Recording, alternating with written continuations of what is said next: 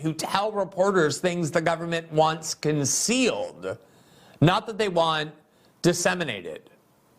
And that's what Seymour Hersh has always done. Most of his stories, including the ones that are so widely awarded and praised, have been built on the back of that tactic and his relationships that nobody denies he has deep in the bowels of most of these buildings in Washington.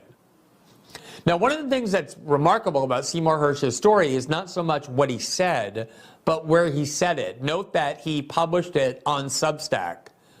And that's because Seymour Hersh has essentially been expelled from mainstream media circles after this incredibly illustrious career, breaking more major stories than almost every employee of major media corporations combined.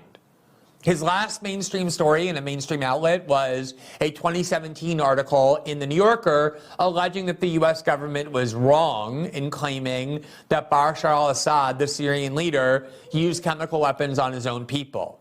He questioned that claim just the way that, for example, Congressman Thomas Massie recently did in an interview we showed you back in 2017 when CNN was interviewing Massie about why he opposed U.S. intervention in Syria, why he opposed U.S. regime change efforts in Syria. And Congressman Massie said, on top of saying, look, regime change doesn't work, he also doubted, to the great rage of the CNN anchor, the claim that Assad used chemical weapons on his own people. Massie's argument was, the U.S. government has said, we will intervene in Syria and change your government under only one circumstance, if you use chemical weapons. Why, said Congressman Massie, would it make sense for Assad to then go and do exactly that which the U.S. government has said would be the one thing he had to do necessary for the U.S. to get involved in that regime change war, namely use chemical weapons? To Thomas Massie and many other people, it never made sense. And Seymour Hersh, using his sources, has said that the intelligence about Assad using chemical weapons was extremely sketchy and dubious.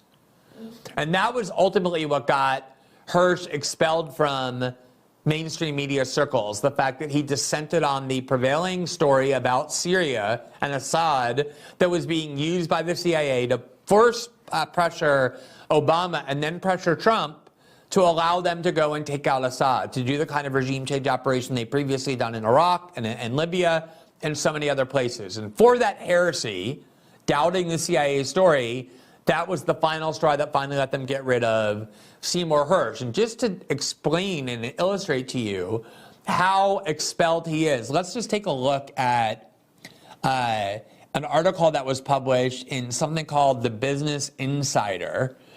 It was by a reporter, I believe her name is Rita Yankovic, the same last name as Nina Yankovic, who was supposed to be the Homeland Security Disinformation Czar. I believe her name is Mia Jankovic. Mia Jankovic. The reason I don't know Mia Jankovic is because she's never broken a single story of any significance or note of any kind.